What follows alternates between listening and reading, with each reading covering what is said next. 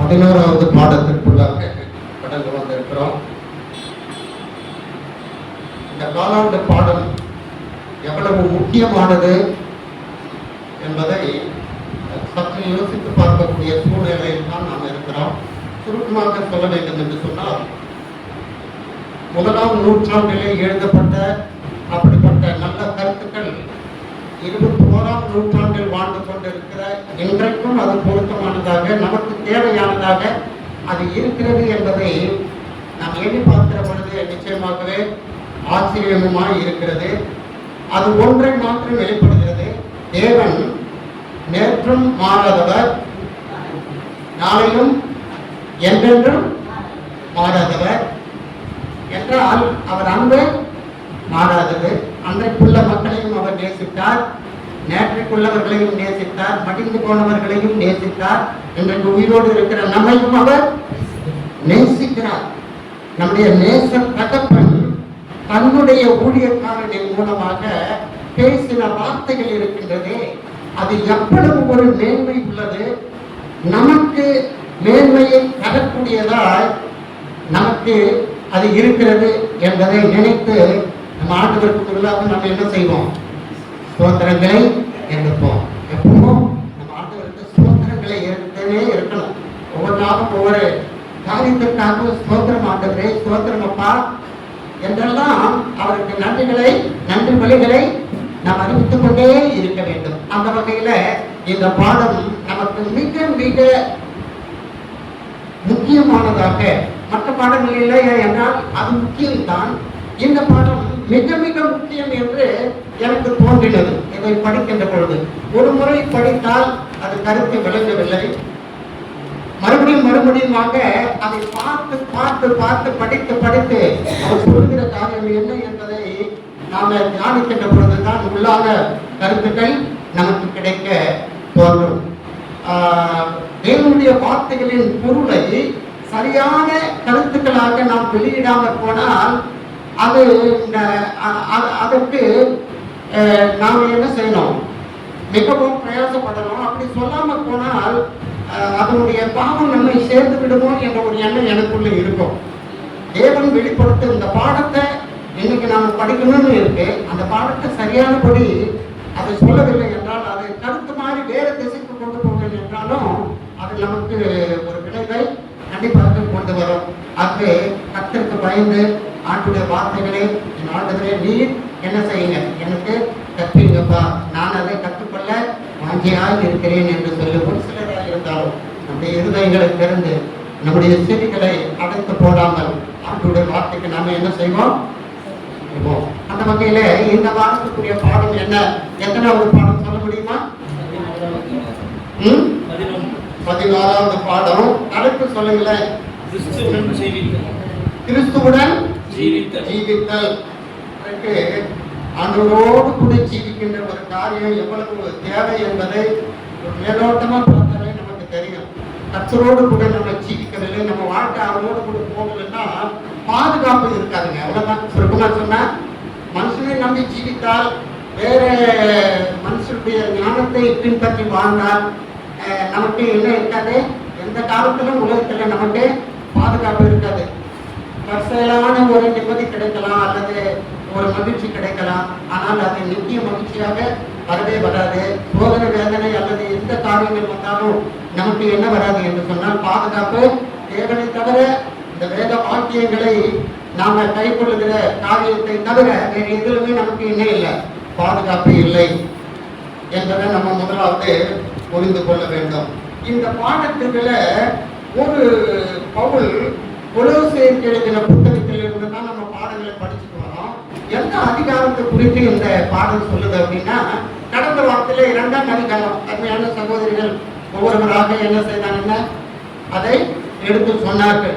கருத்து மேன்மையானதுதான், இன்னும் யாராலும் நடத்த முடியாது என்பதல்ல. கடந்த வாரத்தில் அதற்கு ஒரு சாட்சி போதகிரம்மா அவர்களுக்கு நன்றிதான் சொல்ல வேண்டும். ஏன்னா அவங்க சொன்னதுனால தான் எங்கள் வீட்டில் என்ன செய்தாங்கன்னா, இது என்ன என்ன கேட்டுட்டே இருக்காங்க. அவங்க எனக்கு என்ன செய்யறாங்க, இது என்ன, இதுக்கு முன்னால அதை கேட்டதே இல்லை. இப்போ ஏதாவது ஒரு இடத்துல தூண்டுதல் இருந்தாதான் அது வினை புரியும். அது அப்படியே கிடைக்க போயிடும். சரி நீங்களே நடத்த போறீங்க, எனக்கு என்ன கிடைக்குது அப்படின்ற மாதிரி என்ன செய்வாங்க, அது போயிடுவாங்க. அப்போ பயமா இருக்குது, நாங்க எனக்கு தெரியாது, கடவுள்கிட்ட ஜெபம் பண்ணு அவ்வளவுதான் இல்லைங்களா? ஆண்டவர்கிட்ட ஜெபம் பண்ணுங்க. பயமா இருந்தா என்ன பண்றது? அப்ப இதுக்கே பயந்தா இப்ப உலகத்துல வரப்போகிற காரியங்கள் அநேகமா இருக்குது. அதை பயந்து என்ன செய்யறது? மூடி ஒழிஞ்சிடலாமா? எதுவாக இருந்தாலும் நம்ம என்ன செய்யணும், ஃபேஸ் பண்ணி தான் இருக்கணும். லைஃப் இஸ் a challenge அப்படின்னு சொல்லுவோம். Whatever the trials and the temptations that are coming in front of us, we have to face it boldly in the spirit of God. Other secret. அதுதான் secret. ஆண்டவருடைய வல்லமையினால தான் எதிர்கொள்ள முடியும், நம்ம வாழ முடியும், சேலஞ்சா இருக்க முடியும். தவிர நம்முடைய வல்லமை நமக்கு போதாது. நம்முடைய பலவீனம் எப்பவும் இருந்துகிட்டே தான் இருக்கும். So we have to be very careful in the life of நம்முடைய லைஃப்ல. இந்த ஜீசஸ் கிரைஸ்டுடைய லைஃப்ல தான் நமக்கு பாதுகாப்பு இருக்குது அப்படின்னு சொல்றோம். இப்போ நம்ம பாடத்துக்கு வருவோம். மனப்பாட வசனத்தை வாசிக்க பிறகு நம்ம அந்த பாடத்தை அந்த முதலாவது வசனத்துல இருந்து பார்ப்போம். இப்போ எல்லாவற்றின் மேலும் இது கன்க்ளூஷன், மெமரி வேர்ட்ஸ் இருக்கு. அது இந்த பாடத்தினுடைய கன்க்ளூஷன், கடைசியா நமக்கு கொடுக்குற ஒரு ஆலோசனை தான். எல்லாவற்றின் மேலும் பூரண சத்குணத்தின் கட்டாகிய எதை தரித்துக் கொள்ளுங்கள்? அன்பை தரித்துக் கொள்ளுங்கள். சரிங்களா? பூரண சத்குணத்தின் கட்டு. நீங்க பாத்தீங்களா, நம்ம பூரணர் ஆகணும். அந்த நல்ல குணங்கள், தேவனுடைய குணங்கள் தான் அது சத்குணம் இல்லைங்களா? அந்த அதனுடைய கட்டு, ஒட்டுமொத்த கட்டு என்ன அப்படின்னீங்கன்னா அன்பு தாங்க இல்லையா? இந்த அன்பு என்பது தேவனுடைய குணத்தின் பிரதிபலிப்பு. அவரை ஏற்றுக்கொண்டிருப்போம் என்று சொன்னால் நாமும் அந்த குணத்தின் பிரதிபலிப்பாகிய அவருடைய அன்பை நம்ம என்ன செய்வோம்? தெரியப்படுத்துவோம், வெளிக்காட்டுவோம். அது நம்ம இணைக்கிறவர்கள் ஆனாலும் சரி, நம்ம இருக்கிறவர்கள் ஆனாலும் சரி, அவர்களுடைய குணங்கள் அங்கங்கே தான் இருக்கும். ஆனால் தேவனுடைய பிள்ளைகளால் நம்ம இருப்போம் என்று சொன்னால் அந்த பூரண அந்த சற்குணத்தின் கட்டாகிய அன்பை தரித்துக் கொண்டிருக்கிற பிள்ளைகளால் நாம் இருப்போம் என்று சொன்னால் நம்மிடத்திலிருந்து எதுதான் வெளிப்படும்? அந்த அன்புதான் வெளிப்படும். இது முதலாவது நாம புரிந்து கொள்ள வேண்டும். இப்போ கொலோசையருடைய புத்தகம் 3ஆம் அதிகாரத்துக்கு வாங்களேன். கொலோசையர் எல்லாரும் பைபிள் எடுத்து திறந்து வச்சுக்கோங்க. இந்த வசனம் ரொம்ப ரொம்ப முக்கியம். இந்த வசனம் முக்கியம். முதலாவது வசனத்தை வாசிக்கல. யார் வாசிக்க பாருங்க, சத்தமா வாசிக்கலாம். வாசிங்க.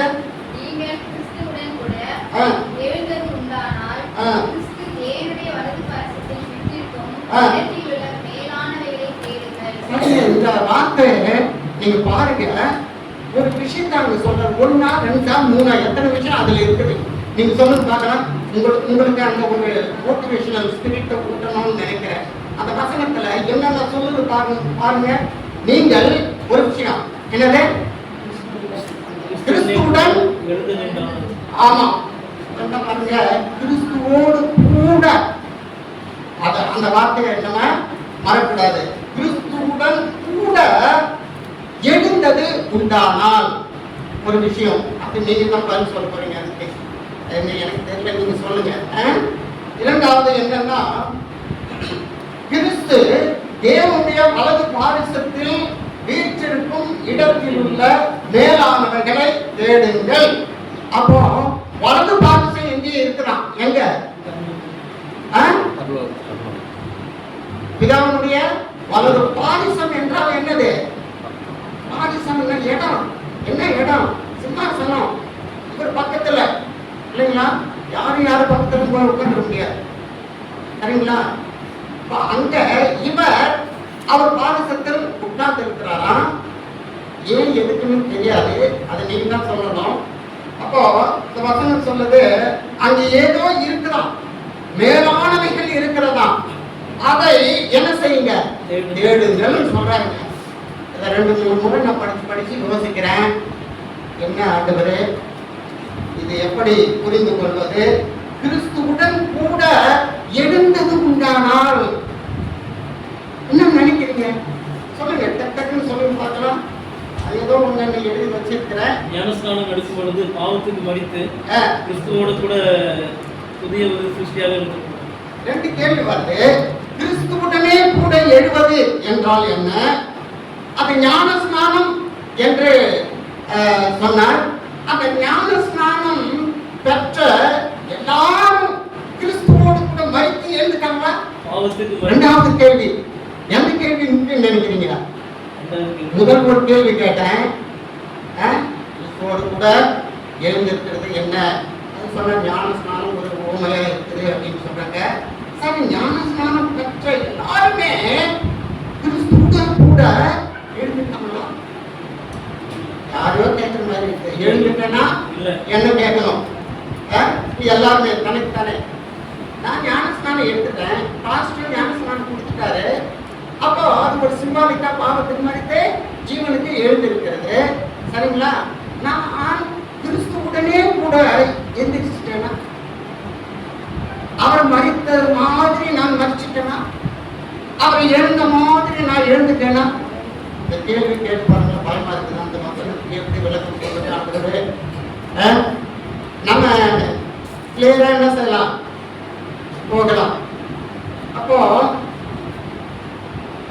இந்த கிறிஸ்துவுக்குள் மரித்தல், அவரோடு கூட உயிர் தெழுதல், இதற்கு ஒப்பனையான என்னது? ஞானஸ்நானம். அப்படி எல்லாம் நம்ம பார்க்கிறோம். பாருங்க, 2ஆம் அதிகாரத்துல ஒரு சில வசனத்தை உங்களுக்கு காட்ட விரும்புகிறேன். 12வது வசனத்தை வாசிங்க. பிடிக்கணும், வாசிக்க போகலாம். ஞானஸ்நானத்தினாலே அவரோடு கூட அடக்கம் பண்ணப்பட்டவர்களாகவும் அதிலே அவரை மரித்தோரிலிருந்து எழுப்பின தேவனுடைய செயலின் மேல் உள்ள விசுவாசத்தினாலே அவரோட கூட எழுந்தவர்களாகவும் இருக்கிறீர்கள். இந்த வசனம் ஏதாவது நமக்கு கொஞ்சம் தெளிவு கொடுக்குதா? அந்த கேள்விக்கு பதில் புரிஞ்சுக்கிறதுக்கு ஏதாவது கொஞ்சம் தெளிவு படுத்துதா? விசுவாசம் ஏதாவது தெளிவுபடுத்த அந்த வசனத்தை நோக்கி பார்த்துட்டே இருங்களேன். ஞானஸ்நானத்தினால அவரோடு கூட அடக்கம் பண்ணப்பட்டவர்களாகவும் அதிலே அவரை மரித்தோரில் இருந்து எழுப்பின தேவனுடைய செயலின் மேல் உள்ள விசுவாசம். அவரை எழுப்பின தேவனுடைய செயல் தான் அவரை எழுப்பினது. ஆவியானவர் எழுப்புகிறார். ஜீவன் நம்ம உயிர் இருக்கிறது இல்லையா? இந்த உயிரை நமக்குள்ள வச்சவர் என்ன தெரியுமா? அந்த உயிராக செயல்படுகிறவர் தெரியுங்களா? அந்த ஆவியானவர் தான் கொடுக்கிறாரு. சரிங்களா? அந்த ஆவியானவர் தான் எழுப்புறாரு. கடைசி வரும்பொழுது அவர் தான் என்ன செய்வார்? எழுப்புவார். தேவத்துவம், நீங்க தேவத்துவம், பிதா, குமாரன், பரிசுத்தாவி இப்படின்னு போது 3 இல்ல 3 1 இப்படி நிறைய நம்மளை போட்டு ஆஸ்ட்ரான்னு சொல்லிடக்கூடாது. ஆஸ்ட்ரா வாங்க, உங்ககிட்ட ஒரு கேள்வி கேட்கலாம். இந்த 3 பேரை பத்தி சொல்லுங்க அப்படின்னு. என்ன ஒருத்தர் அப்படிதான் கேட்டார். சொன்னாங்க, ஒரே தேவனாச்சு 3 பேர் அப்படின்னு. அப்போ வேதத்தை வார்த்தை சொல்லுங்க. ஆதியிலே என்ன இருந்தது? வார்த்தை இருந்தது. அது எங்க இருந்தது?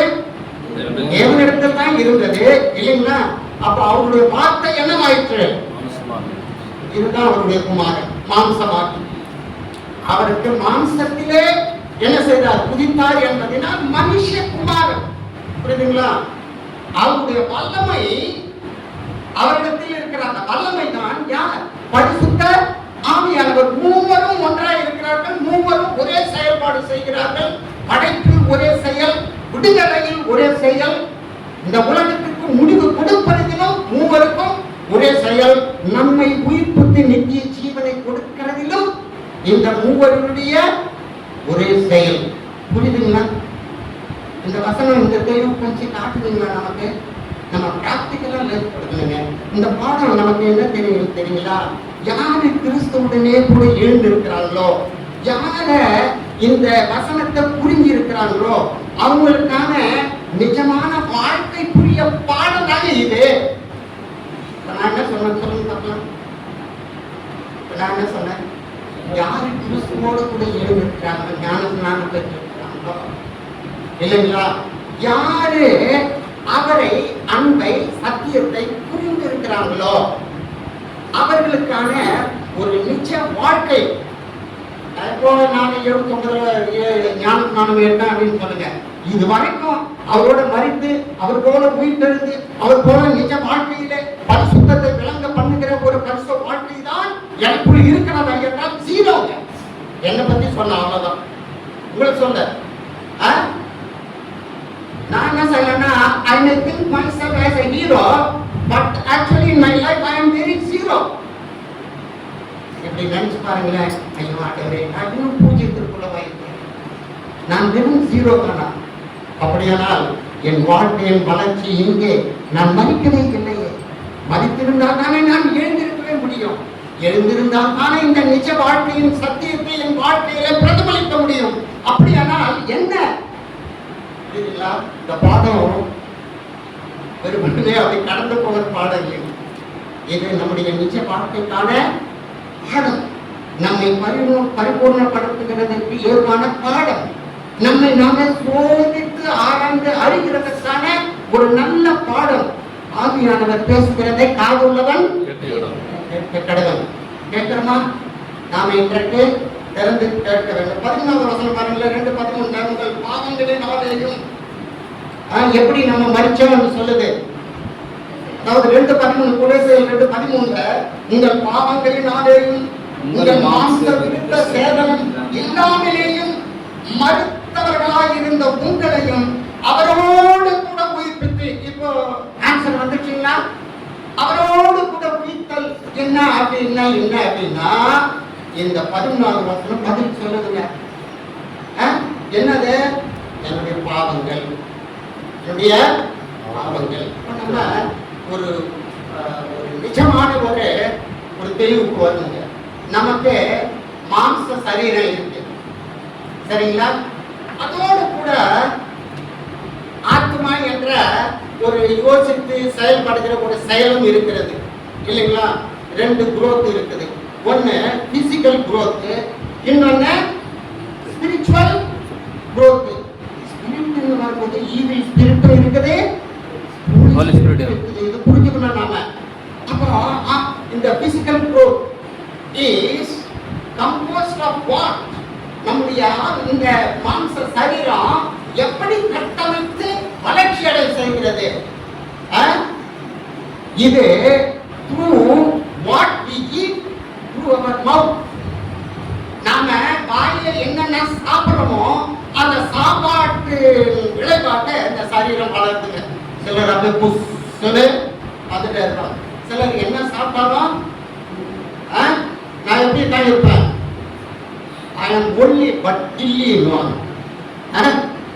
எல்லாம் ஒரு தமாஷ் பேசிக்கிட்டு சொல்லுவான், hello do you think I am only? No, I am totally illy அப்படின்வாங்க. இது என்னது பேசுகிறது, சரிங்களா? அப்படி இல்லை. சரீர வளர்ச்சி என்பது என்ன? நாம் எதை உட்கொள்கிறோமோ அதன் வழியால் பெருக்குகிற அல்லது வளர்க்கிற ஒரு வளர்ச்சிக்கு பெயர் தான் என்னதுன்னா சரீர வளர்ச்சி, சரிங்களா? ஹஸ்பண்ட் அண்ட் ஒய்ஃபும் கருப்பாக இருக்காங்கன்னு வச்சுங்களேன், ஏதோ ஒன்று குங்குமம் என்ன ஒன்று கொடுத்து பரப்பர குழந்தை எப்படி வரணுமா இல்லையா? 2 பேரும் வெள்ளையா இருப்பாங்க, குழந்தை கொஞ்சம் கருப்பாங்க. அப்பவே சொன்னேன் இதை குடின்னு, இவன் கேட்கல அப்படின்னு. இப்படி ஒரு கலாட்டா போயிட்டே இருக்கும். எதை குடிச்சாலும் எந்த கலர் வந்தாலும் எதுவாக இருந்தாலும் மாமிசம் மாமிசம் தான், மாமிசம் தான். அப்போ இந்த ஸ்பிரிச்சுவல் குரோத்ன்றது என்னது? ஆவிக்குரிய வளர்ச்சி என்பது என்ன? அது எப்படி? சொன்னேன், கெட்ட ஸ்பிரிட்டும் இருக்குது, ஒரு குட் ஸ்பிரிட்டும் இருக்குது இல்லைங்களா? குட் அண்ட் பேட் இல்லைங்களா? 2மே இருக்குது. எப்படி இருந்தாலும் அது வளர்ச்சி எதை சார்ந்து இருக்கிறது? சரீர வளர்ச்சி நாம் உட்கொள்கிற உணவை சார்ந்து இருக்குமானால் நம்முடைய ஆவிக்குரிய வளர்ச்சி எதை சார்ந்து இருக்கிறது? யாரும் சொல்ல முடியுமா? சொல்லுங்க பார்க்கலாம். உங்களுடைய மைண்ட் கொஞ்சம் அப்படி வேலை கொடுக்க ஆரம்பிக்கிறேன். சொல்லுங்க பார்க்கலாம். How it will be composed of? Through what? வேத வசனத்தினாலே நாம வளர்ச்சி அடைகிறோம் சொன்னாங்க. அப்படி நல்ல வளர்ச்சி நீங்க சொல்றது. நம்முடைய வாழ்க்கையில எப்படி ஒரு எண்ணம் நமக்குள்ள உருவாக்கி அது கட்டமைக்கப்படுகிறது அப்படின்னு சொன்னா அதுக்கும் சாப்பாடு தேவையா? அது வளர்றதுக்கு என்ன தேவையா? சாப்பாடு தேவையா? ஓகே மாஸ்டர், அதுக்கு ஏதாவது சாப்பாடு தேவையா? சரீர வளர்ச்சிக்கு சாப்பாடு தேவை. நம்ம எண்ணம், நம்முடைய குணம் இதெல்லாம் வளர்றதுக்கு ஏதோ சாப்பாடு தேவையா? ஏதாவது சாப்பாடு தேவையா? அது தெரிஞ்சுன்னா நாங்க சாப்பாடு இன்னைக்கு வச்சிருக்கிறோம் இல்லைங்களா? சாப்பாடு தேவையா? இருக்குல்ல. அது கூட உணவு வேண்டுமா? அது எப்படின்னாக்கா we need to have food through our five senses அப்படின்னாங்க. என்னது? five senses. ஒரு சைக்காலஜி படிச்சா நமக்கு இந்த விஷயம் எல்லாம் தெரியும். நான் எம்ஏ படிக்கும்போது எனக்கு ஒரு சப்ஜெக்ட் என்னது? சைக்காலஜி. சைக்காலஜியில ஒண்ணுமே புரிய மாட்டேங்கிறாங்க. நான் வேலை செய்கிற இடத்துல அந்த பிஎட் ஸ்டூடெண்ட்ஸ் நான் பேசுறாடி ஒண்ணுமே புரிய மாட்டேங்க. அப்புறம் அப்படியே சேர்மன் கூப்பிட்டார், ஐயா நீங்க ஒரு ஓரியன்டேஷன் நடத்த முடியுமா? பிஎட் அந்த டீச்சர் ட்ரைனிங் ஸ்டூடெண்ட்ஸ் இதில் 100 பேர், அதில் 100 பேர் 200 ஸ்டூடெண்ட்ஸ், இந்த பக்கம் 100 அந்த பக்கம் 100. அப்போ இதை நான் சொன்னேன், இந்த 2 வளர்ச்சி என்னன்னு சொன்னேன். சைக்காலஜி டாக்டர் இல்லைங்களா, அவர் ஸ்பிரிச்சுவல் க்ரோத் அப்போஸ்ட் ஆஃப் என்ன eating through the five senses. ஐம்புலன்களினாலே எதை நுகர்கிறோமோ, தமிழ்ல சொல்றேன்னா ஐம்புலன்களின் மூலமாக எதை நுகர்கிறோமோ அதை சார்ந்து நம்முடைய ஆவிக்குரிய வளர்ச்சியும் வளர்கிறது. பாத்தீங்களா? அதாவது வார்த்தை சொன்னாங்க, நம்ம நாட்டில் எல்லாம் ஐம்புலன்களை அடக்குவது எப்படி? காட்டிலே சென்று அவன் இருந்து எல்லாவற்றையும் வெறுத்து ஆடையை உடுத்து அப்படியே புத்தகம் மேல வரைக்கும் போயிட்டு அவர் என்ன முற்றும் துறந்த முனிவர். அவர் பேர் என்னது? முற்றும் துறந்த முனிவர். முனிவர் பண்ணிட்டார்ப்பா. அவர் ஏதாவது பேசுவார், நம்ம எதிர்க்காங்க அப்படியே காலேஜில் படிக்கிற ஸ்டூடெண்ட்ஸ் அதுவும் ஒரு முனிவர் வருவார். அவர் ஒருத்தர் வந்து குச்சியை வச்சுட்டு பூச்சாண்டி வருவார் அப்படின்வாங்க இல்லைங்களா?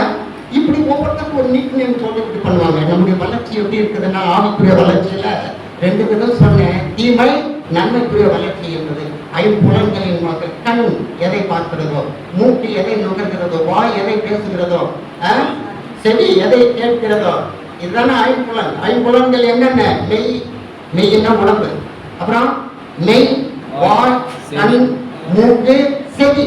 இந்த ஐம்புலன்களினாலே எதை நுகர்கிறீர்களோ அதை சார்ந்து உங்களுடைய ஆவிக்குரிய வளர்ச்சி ஒன்று தீமையும் இன்னொன்று நன்மைக்கு ஏதுவாங்க. இங்கே ஆண்டவர் இந்த 2 வளர்ச்சியை சொல்லியிருக்காரு இல்லையா? பவுல் அழகா இதை சொல்லிட்டு வராரு. பவுல் ரொம்ப அழகா சொல்லிட்டு வராரு. அவர் இந்த 13வது வசனத்துல தானே நம்ம வாசித்தோம், 2:13 தானே வாசித்தோம். என்னென்ன வாசித்தோம் நம்ம? உங்கள் பாவங்களிலேயும் உங்கள் மாம்ச விருத்த சேதனம் இல்லாமலேயும். விருத்த சேதனமே இல்லை அந்த காலத்துல. உன் மனம் மாறுவதற்கு, உன் இருதயம் கட்டுப்பாடோடு கூட ஒருங்கிணைக்கிறதுக்கு ஏதுவாக ஒரு மாம்சத்திற்கு ஏற்ப ஒரு விருத்த சேதனம் இருந்தது. இந்த இருதயத்துல திருக்குள்ளதா இருக்கிறது, பாவம் குடிக்கொண்டு இருக்கிறது. இதை சரி செய்கிறவர் அங்கே என்ன அந்த இருதயத்தின் அந்த விருத்த சேதனத்தை செய்கிறவர் தேவனே என்றெல்லாம் நம்ம படிச்சிருக்கிறோம், ஏற்கனவே படிச்சிருக்கிறோம். இந்த 2 இல்லாதவங்க மரிக்க வேண்டும். மரித்தால் தான் ஜீவனை நாம் பெற முடியும். கிறிஸ்து எப்படி மரித்தார்? ஒரு கேள்வி நமக்கு வருகிறது. சரி, இன்னொரு வசனத்தை வாசிக்கலாமா? வசனம் தான் உங்களுக்கு 20வது வசனம் பாருங்களா, 2:20. நீங்கள் கிறிஸ்து உடனே கூட உலகத்தின் வழிபாடுகளுக்கு மறுத்தது உண்டானால் இன்னும் உலக வழக்கத்தின் படி பிழைக்கிறவர்கள் போல. நல்லா சொல்லிட்டே வருது, மறுத்தது உண்டானால். இன்னொரு வசனத்தை உங்களுக்கு காட்டும் பாருங்க. எபேசியர் 2ஆம் அதிகாரம். பிலிப்பியருக்கு முன்னால எபேசியர் 2ஆம் அதிகாரத்துல 5-7 இந்த 2 வசனத்தை வாசிங்கள. 2ஆம் அதிகாரம் 5-7. அக்கிரமங்களில் மரித்தவர்களாய் இருந்த. அக்கிரமம் அப்படின்னா என்ன? அக்கிரமம், கிரமம், அக்கிரமம் இல்லைங்களா? ஆப்போசிட் வேர்டு இல்லைங்களா? கிரமம் என்பது என்ன? ஆர்டர். ஆர்டர் என்பது என்ன? 10 கற்பனை. அக்கிரமம் என்பது என்ன? 10 கற்பனைகள் இல்லாத தான் தோன்றித்தனமான அனைத்து செயல்களையும் உள்ளடக்கிய பாவ செயல்களுக்கு அக்கிரமங்கள் என்று பெயர். அந்த பாவ அக்கிரம செயல்களுக்கு மரித்த. புரியுதுங்களா? நம்ம எதுக்கு மரிக்கிறோம்? பாவ அக்கிரமங்களுக்கு மரித்த. அதான் சொல்ல, மரித்தவர்களா இருந்த நம்மை அப்படி மரிச்சாதான், அப்படி இருக்கிற நம்மை கிறிஸ்துவுடனே கூட என்ன செய்தார்? அப்போ மரித்தால் தான், பாவம் நம்மிடத்துல மரித்தால் தான் புதுசா கிறிஸ்துவை போல நம்மால என்ன செய்ய முடியும்?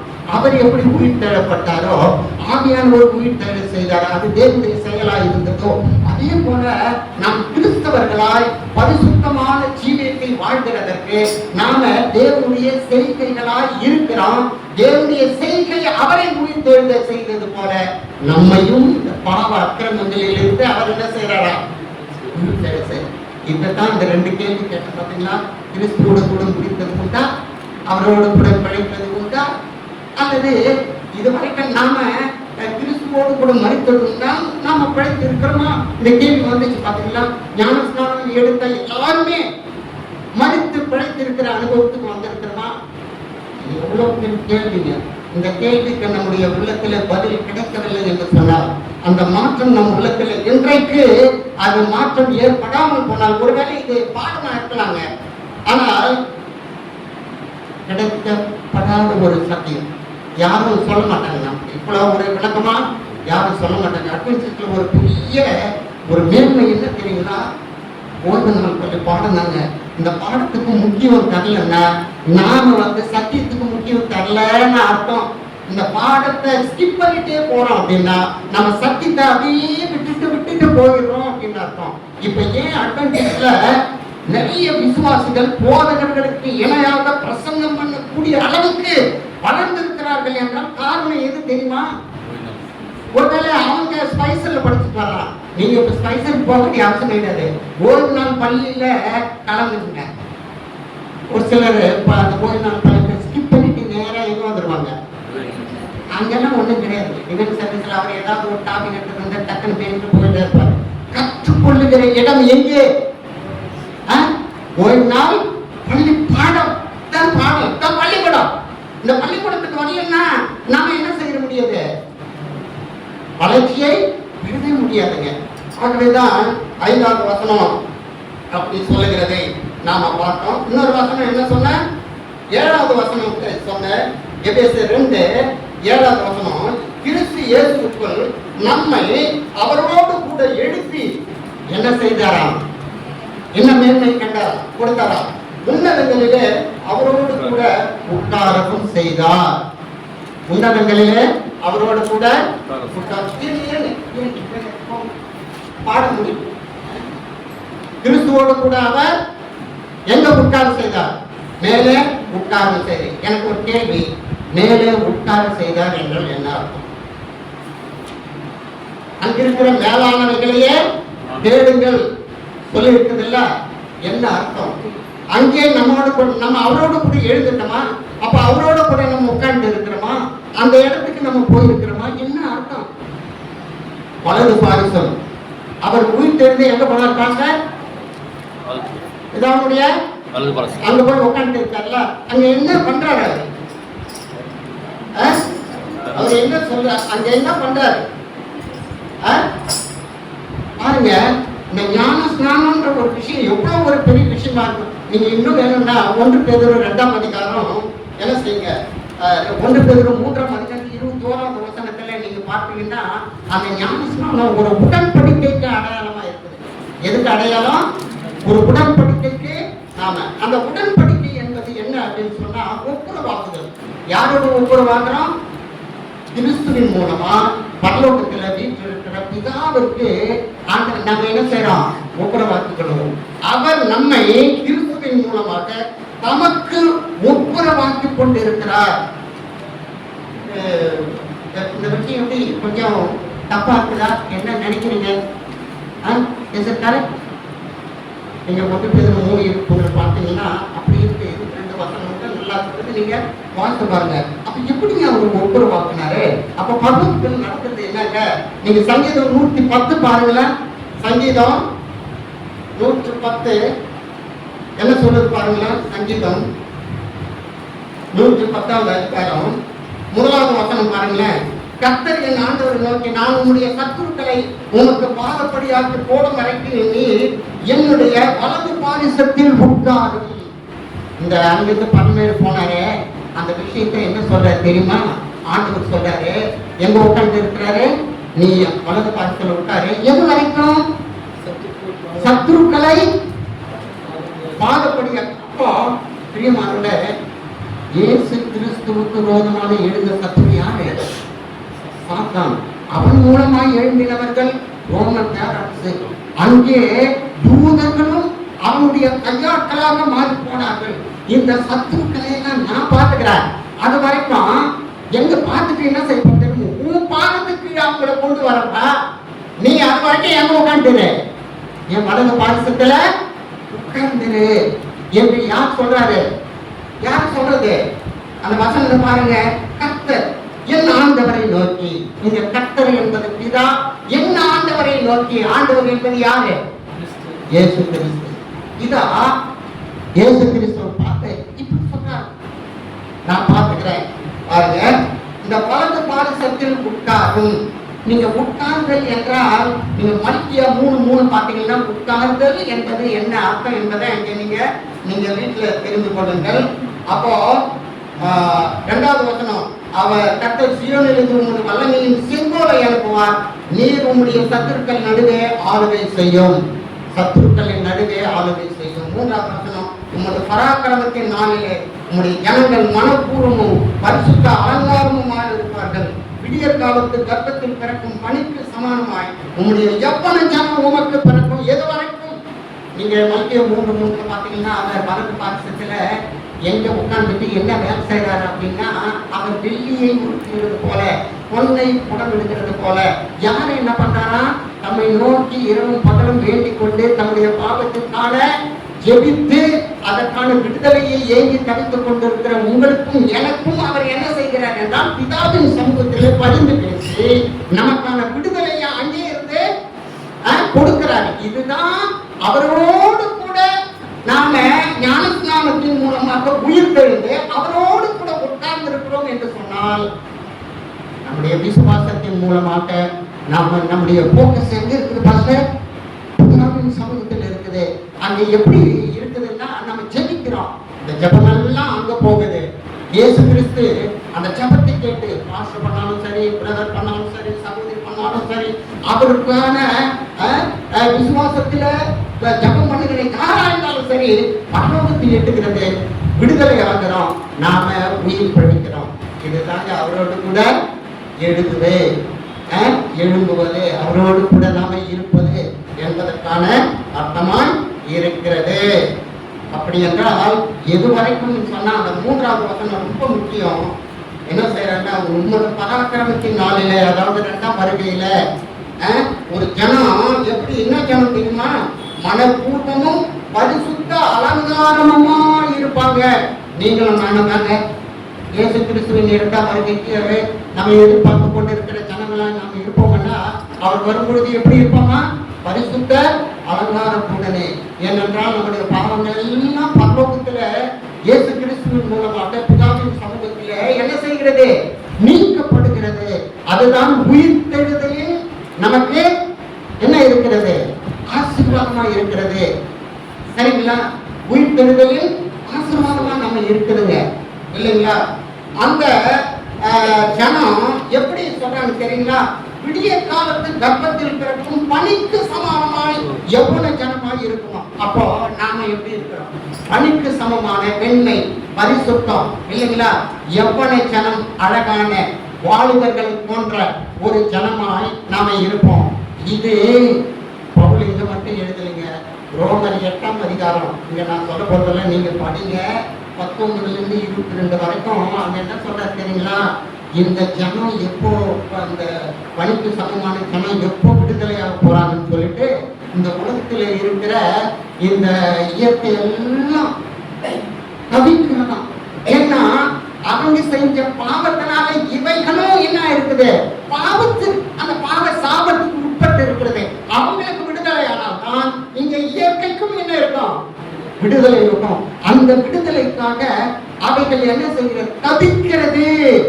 நீங்க வீட்டுல போய் பாருங்க, ரோமர் 8:19 முதல் 22 வரைக்கும். அதுல பிரியமானவர்கள, இந்த வசனம், இந்த 1 முதல் 4 வசனம் கொலோசையில இவ்வளவு காரியம் இருக்கிறது. நீங்கள் மேலானவைகளே நாடுங்கள் என்றால் அந்த வலது பாரிசத்தில் உட்கார்ந்து இருக்கிற அவருடைய ஆளுகையும் அவருடைய பரிந்து பேசுகிற அந்த பாவ மன்னிப்பையும் அந்த ஆசீர்வாதங்களையும் எப்பொழுதும் மேலானவைகளை நாடுங்கள் தேடுங்கள் என்றால் ஒருமுறை தேடுவதல்ல, நித்தமும் தேடுங்கள், அனுதினமும் தேடுங்கள் என்று அது பொருள்படுகிறது. சரி, வருவதை சீக்கிரமா முடிச்சுட்டு வரலாம். அப்படி என்றால் அடுத்த வசனம் சொல்லுது, நீங்க அந்த கொலோசியர் 3 2வது வசனம் என்ன சொல்லு? பூமியில் உள்ளவைகளை அல்ல, எதை நாடுங்கள்? மேலானவைகளை நாடுங்கள். அப்படி என்ன ஒரு கேள்வி, பூமிக்குரியவைகள் என்ன? பூமிக்குரியவைகள் என்ன? பூமியை அல்ல மேலானவைகள் நாடுகள் சொல்லுதில்ல, பூமிக்குரியவைகள் என்ன? நீங்க 18 22 வசனம் வாசிங்களா? கொலோசியர் 3 18 22. மனைவிகளே, இல்ல கொலோசியர் 3 நான் படிக்கிறேன், நீங்க அப்படியே அண்டர்லைன். கணுக்களாலும் கட்டுகளாலும் உதவி பெற்று இணைக்கப்பட்ட தேவ வளர்ச்சியாய் வளர்ந்து ஏறுகிற சரீரம் முழுவதையும் ஆதரிக்கிற தலையை பற்றி கொள்ளாமல், தலையை பற்றி கொள்ளாமல், தலை என்பது யாரு? இயேசு கிறிஸ்து. சரீரம் என்பது யாரு? சபை, இல்லைங்களா? நம்ம எல்லாம் அந்த சரீரத்தின் அங்கங்களா இருக்கிறோம். அந்த தலையாகிய கிறிஸ்துவை பற்றி கொள்ளாமல் 19 சொல்லுது, மாயமான தாழ்மை. நம்ம அப்படி தாழ்மையா இருக்கிற மாதிரி நடக்குது, ஆனா உண்மையான தாழ்மை இல்லையா? இதான் பூமிக்குரியவைகள். நமக்கு தேவை கொஞ்சம் அடையாளம் பார்த்துக்குவோம், நான் அதில் இருக்கேனா அப்படின்றத நம்ம அங்க வச்சு அந்த இடத்துல நம்ம வச்சு நம்ம சீர்திருத்தணும். அதுக்காக தான் மாயமான தாழ்மையிலும் தேவ தூதருக்கு செய்யும் ஆராதனையிலும் விருப்பமுற்று காணாதவைகளிலே துணிவாய் நுழைந்து தன் மாம்ச சிந்தையினாலே வீணாய் இருமாப்பு கொண்டிருக்கிற எவனும் உங்கள் பந்தய பொருளை நீங்கள் இழந்து போகாதபடிக்கு உங்களை வஞ்சியாதிருக்க பாருங்கள். நீங்கள் கிறிஸ்துவுடனே கூட இப்படித்தானே சொல்லுது 3ஆம் அதிகாரம் வசனங்கள். இவைகளை நாம் என்ன செய்யணும் சொன்னாக்கா விட்டுவிட வேண்டும். இவைகளை நாம் என்ன செய்ய வேண்டும் என்றால் விட்டுவிட வேண்டும். அதாவது இந்த 2ஆம் அதிகாரத்தில் நான் பார்த்தேன் 18 இதையெல்லாம் அனுபவிக்கிறதுனால அழிந்து போகும். 21 மனுஷன் கற்பனைகளின் படி போதைகள் படி நடந்து தொடாதே, ருசி பாராதே, தீண்டாதே என்கிற கட்டளைகளுக்கு உடன்படாதே, இல்லைங்களா? இது பூமிக்குரிய ஒரு கேள்வி. அப்ப பூமியில எல்லாத்தையுமே விட்டுடணுமா? படிப்பு விட்டுடலாமா? கேட்பாங்க இல்லையா? பர்சன் அப்படி பேசணும்னு வச்சுங்களேன் கேட்பாங்க. அப்போ பூமியில எதுவுமே முக்கியம்? பூமியில படிப்பு முக்கியமா? பதவி முக்கியமா? முக்கியம் இல்லை. செல்வம் முக்கியமா? முக்கியம் இல்லை. வாழ்க்கை முக்கியமா? முக்கியம் இல்லை. சம்பளம் முக்கியமா? முக்கியம் இல்லை. துணிமணிகள் முக்கியமா? முக்கியம் இல்லை. பணக்காரனாக இருக்கிறது முக்கியமா? முக்கியமே இல்லை. யோகி எப்படி இருந்தார்? அவரை பற்றி என்ன சொல்றது? உத்தமனும் சன்மார்க்கனும் நீதிமானும் எல்லாம் சொல்றது, சரிங்களா? அவருக்கு எவ்வளவு இருந்தது? எத்தனை? 7000, 3000, 500 ஏற்பாடுகள், குதிரைகள், இல்லைங்களா? வேலைக்காரன். சரி, நோக்குக்கு அப்புறம் நமக்கு 318 இருந்தது. ஆயுத இந்திய வீரர்கள் அவ்வளோ, இல்லைங்களா? யோசப்பு அங்க போனாரு, இல்லைங்களா? எகிப்தில் எப்படி இருந்தாரு? எப்படி இருந்தாரு யோசப்பு? பாச பேரும் யோசப்பு தான். அவர் அப்படி இருந்தாரு, நான் இன்னும் அப்படிதான் இருக்கேன். கடவுள் உயர்த்துவார். நம்ம எந்த இடத்துல இருந்தாலும் யோசேப்பை உயர்த்தினவர் நம்மையும் உயர்த்துவார், இல்லைங்களா? ஆபிரகாமை உயர்த்தினவர், யோபை உயர்த்தினவர். உலகத்திலே எவ்வளவுதான் இருந்தாலும் பிரதானமாக அவர்கள் இருதயத்தில முதன்மையானவராக வைத்திருந்தவர் யாரு? தேவனை முதன்மையானவராக வைத்திருந்தார். மற்றவர்களுக்கு அவங்க என்ன செய்யல. அப்ப ஆண்டவர் என்ன சொல்றார்? முதலாவது தேவனுடைய ராஜ்யத்திலும் நீதி தேடுங்கள், பின்பு இவைகள் எல்லாம் உங்களுக்கு, இதெல்லாம் உங்களுக்கு தேவைன்றது ஆண்டவர் தெரியும், ஆனால் தருவார். அதனால தருவார். இது வேண்டாம் அப்படிங்கிறதுல ஆண்டவர் இது உங்களுக்கு வேண்டும் என்று அவர் நினைத்தால் ஆசீர்வாதம் கண்டிப்பா கிடைக்கும். ஆனால் என்ன அப்படின்னா, இவை தேவனிடத்தில் இருக்கிறவர்களை விட்டுவிட்டு மேலானவைகளை நாம் தேடாமல் இவைகளை நாம் தேடிக்கொண்டு இருப்போம் என்றால் நாமும் அக்கிரமக்காரர்கள் ஒருவராக எண்ணப்பட்டு விடுவோம். தேவ கோபாக்கினைக்கு நாம பங்குள்ளவர்களாக மாறி போயிடுவோம். இதுதாங்க இது சொல்லுது. அப்ப இந்த லௌகிக இந்த சிந்தையில், பூலோக சிந்தையில் நாம இருப்போம் என்றால் தேவ கோபம் நம்மை வருகிறோம். ஆகவே வேதனை சொன்ன பாடம் நமக்கு சொன்னது என்னன்னா, அறிவில் புதிதாக்கப்பட்டவர்களாக, தேவ குணத்தை தரித்துக் கொண்டிருக்கிறவர்களாக, புதிய வாழ்க்கையின் தன்மையை ஆண்டவர் வேதம் காட்டுகிறது போல நம்முடைய வாழ்க்கையில் இருக்குமானால் நிச்சயமாகவே நாம் என்ன செய்வோம்? வாழ்வோம். ஒரு வசனத்தை வாய்ப்பு நாம முடித்து விடுவோம். கொலோசியர் 3:15 என்ன சொல்லுகிறது? கொலோசியர் 3:15 தேவ சமாதானம் உங்கள் இருதயங்களில் ஆள கடவுது, இதற்கென்றே ஒரே சரீரமாக. அப்படின்னா ஒரே சரீரமாக, எல்லாருக்கும் தனித்தனி சரீரம் தானே இருக்கு. இது ஒரே சரீரம். பாசமா சொல்லுங்க, ஒரே சரீரமாக. அப்படின்னா ஒரே சபையாக. இப்பதானே சொன்ன, தலை கிறிஸ்து என்றால் சரீரம் யாரு? சபை. நீங்களும் நானும் யாரு அந்த சபையில? அங்கங்கள் கையா இருக்கும், காலா இருக்கும், கண்ணா இருக்கும், எல்லாத்தையும் இருக்கும். தலை மட்டும் இருக்கக்கூடாது. நான் தான் தலை போயிடும் இருக்கக்கூடாது. தலை அங்க இருக்கக்கூடாது. I'm the one, I'm the leader, I'm the no ஐயம் இல்லைங்களா? நான் இல்லை, நாம். அப்போ தலை இயேசு என்றால் சரீரம் என்பது என்ன? சபை. அந்த சபையில ஒரே சபையாக, ஒரே சரீரமாக ஐக்கியத்தை காட்டுகிறது. அப்படி இருந்தால் உங்க இருதயத்துல என்ன வரும்? தேவ சமாதானம். தேவ சமாதானம் என்பது இருதயத்திலே மகிழ்ச்சியும், உள்ளான இருதயத்திலே சமாதானமும் இளைப்பாறுதலையும் ஆண்டவர் கட்டளையிடுவார். அது இன்னும் கூட நீங்க அந்த அதிகாரத்தை திரும்ப பார்த்து பாருங்க. ஏராளமான சத்தியத்தை ஆவியானவர் கொடுப்பார். இந்த சத்தியத்தை நீங்களும் நானும் பெற்றுக்கொள்ள இன்றைக்கு அவரோடு கூட மதித்து உயிர்த்தெழுகிற அனுபவத்தில் நாம் சதமாய் நிற்க ஆவியானவர் ஆண்டவர் நமக்கு உதவி செய்வாராக. அப்படிப்பட்ட ஆறுதலையும் ஆசீர்வாதத்தை நாம் பெற்று மகிழ்ச்சியோடு கூட அவருக்காக காத்திருப்போமாக. ஆமென்.